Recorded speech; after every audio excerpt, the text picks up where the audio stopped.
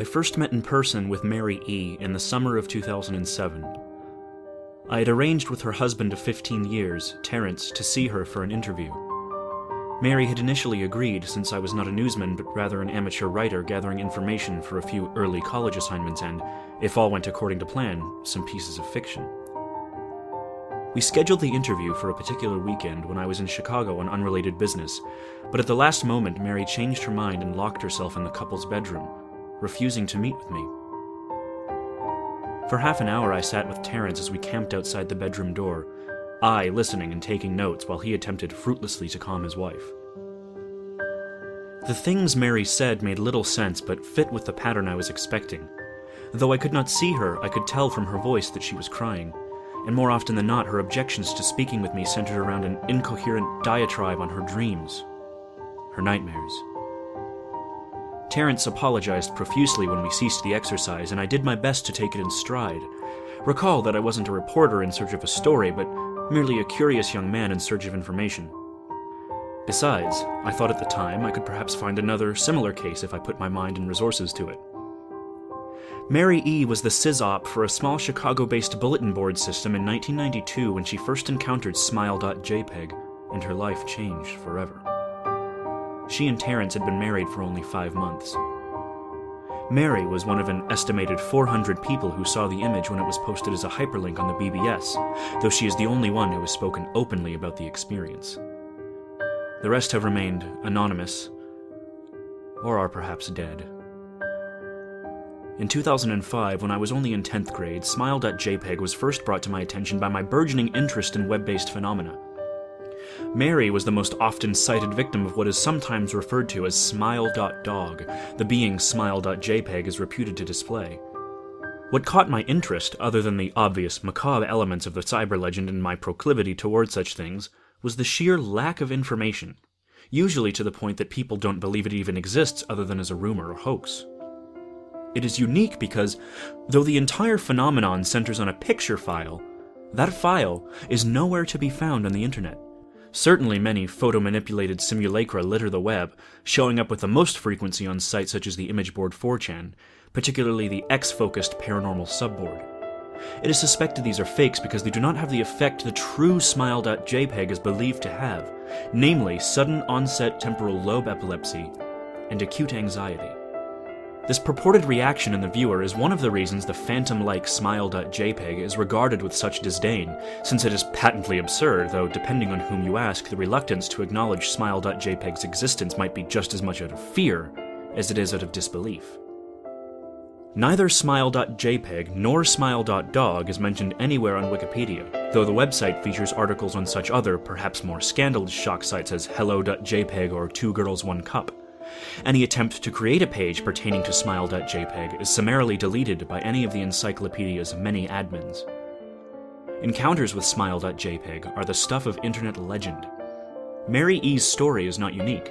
There are unverified rumors of smile.jpg showing up in the early days of Usenet, and even one persistent tale that in 2002 a hacker flooded the forums of humor and satire website Something Awful with a deluge of smile.dog pictures, rendering almost half the forum's users at the time epileptic. It is also said that in the mid to late 90s, that smile.jpg circulated on Usenet and as an attachment of a chain email with the subject line, "Smile, God loves you." Yet despite the huge exposure these stunts would generate, there are very few people who admit to having experienced any of them, and no trace of the file or any link has ever been discovered. Those who claim to have seen smile.jpg often weakly joke that they were far too busy to save a copy of the picture to their hard drive. However, all alleged victims offer the same description of the photo. A dog-like creature, usually described as appearing similar to a Siberian husky, illuminated by the flash of the camera, sits in a dim room. The only background detail that is visible being a human hand extending from the darkness near the left side of the frame. The hand is empty, but is usually described as beckoning. Of course, most attention is given to the dog or dog creature, as some victims are more certain than others about what they claim to have seen. The muzzle of the beast is reputedly split in a wide grin, revealing 2 rows of very white, very straight, very sharp, very human-looking teeth. This is, of course, not a description given immediately after viewing the picture, but rather a recollection of the victims, who claim to have seen the picture endlessly repeated in their mind's eye during the time they are, in reality, having epileptic fits. These fits are reported to continue indeterminably, often while the victims sleep, resulting in very vivid and disturbing nightmares. These may be treated with medication, though in some cases it is more effective than others. Mary E., I assumed, was not on effective medication. That was why, after my visit to her apartment in 2007, I sent out feelers to several folklore and urban legend-oriented news groups, websites, and mailing lists, hoping to find the name of a supposed victim of smile.jpg who felt more interested in talking about his or her experiences. For a time, nothing happened, and at length I forgot completely about my pursuits, since I had begun my freshman year of college and was quite busy. Mary contacted me via email, however, near the beginning of March 2008. It reads, "Dear Mr. L., I am incredibly sorry about my behavior last summer when you came to interview me. I hope you understand that it was no fault of yours, but rather my own problems that led me to act out as I did. I realized that I could have handled the situation more decorously. However, I hope you will forgive me. At the time, I was afraid. You see, for 15 years I have been haunted by smile.jpg. Smile.dog comes to me in my sleep every night. I know that sounds silly, but it is true. There is an ineffable quality about my dreams, my nightmares, that makes them completely unlike any real dreams I have ever had. I do not move and do not speak. I simply look ahead, and the only thing ahead of me is the scene from that horrible picture. I see the beckoning hand, and I see smile.dog. It talks to me. It is not a dog, of course, though I am not quite sure what it really is. It tells me that it will leave me alone if only I do as it asks. All I must do, it says, is spread the word. That is how it phrases its demands. And I know exactly what it means. It wants me to show it to someone else. And I could.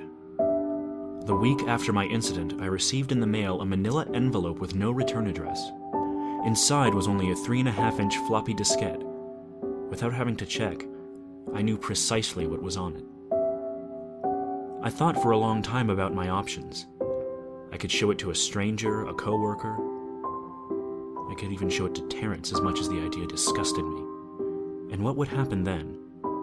Well, if smile.dog kept its word, I could sleep. Yet if it lied, what would I do? And who was to say something worse would not come for me if I did as the creature asked? So I did nothing for 15 years, though I kept the diskette hidden amongst my things. Every night for 15 years, smile.dog has come to me in my sleep and demanded that I spread the word. For 15 years I have stood strong, though there have been hard times. Many of my fellow victims on the BBS board where I first encountered smile.jpg stopped posting. I heard some of them committed suicide. Others remained completely silent, simply disappearing off the face of the web. They are the ones I worry about the most. I sincerely hope you will forgive me, Mr. L., but last summer when you contacted me and my husband about an interview, I was near the breaking point. I decided I was going to give you the floppy diskette.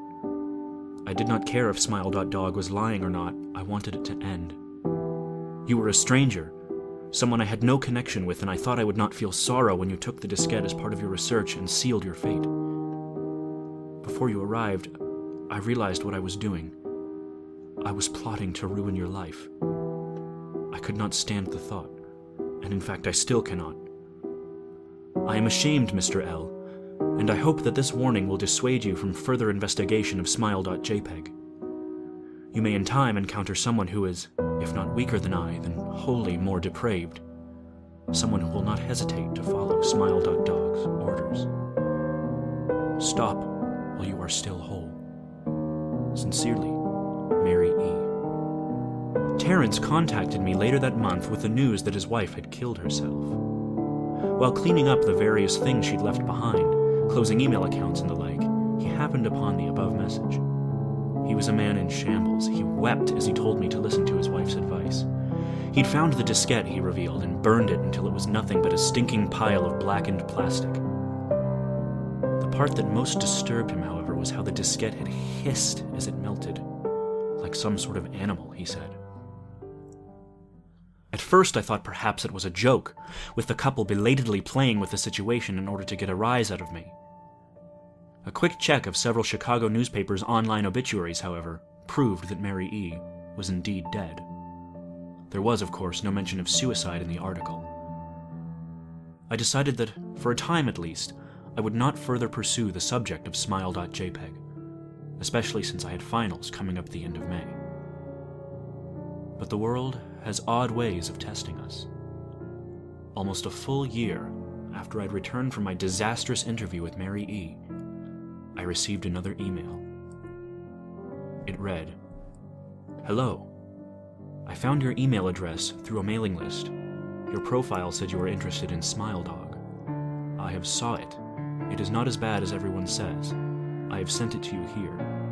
Just spreading the word." The final line chilled me to the bone. According to my email client, there was one file attachment called, naturally, smile.jpg. I considered downloading it for some time. It was most likely a fake, I imagined, and even if it weren't, I was never wholly convinced of smile.jpg's peculiar powers. Mary E.'s account had shaken me, yes, but she was probably mentally unbalanced anyway. After all, how could a simple image do what smile.jpg was said to accomplish? What sort of creature was it that could break one's mind with only the power of the eye? And if such things were patently absurd, then why did the legend exist at all? If I downloaded the image, if I looked at it, and if Mary turned out to be correct, if smile.dog came to me in my dreams demanding I spread the word, what would I do? Would I live my life as Mary had, fighting against the urge to give in until I died? Or would I simply spread the word, eager to be put to rest? And if I chose the latter route, how could I do it? Whom would I burden in turn? If I went through with my earlier intention to write a short article about smile.jpg, I decided, I could attach it as evidence. And anyone who read the article, anyone who took interest, would be affected. And even assuming the smile.jpg attached to the email was genuine, would I be capricious enough to save myself in that manner? Could I spread the word? Yes. Yes, I could.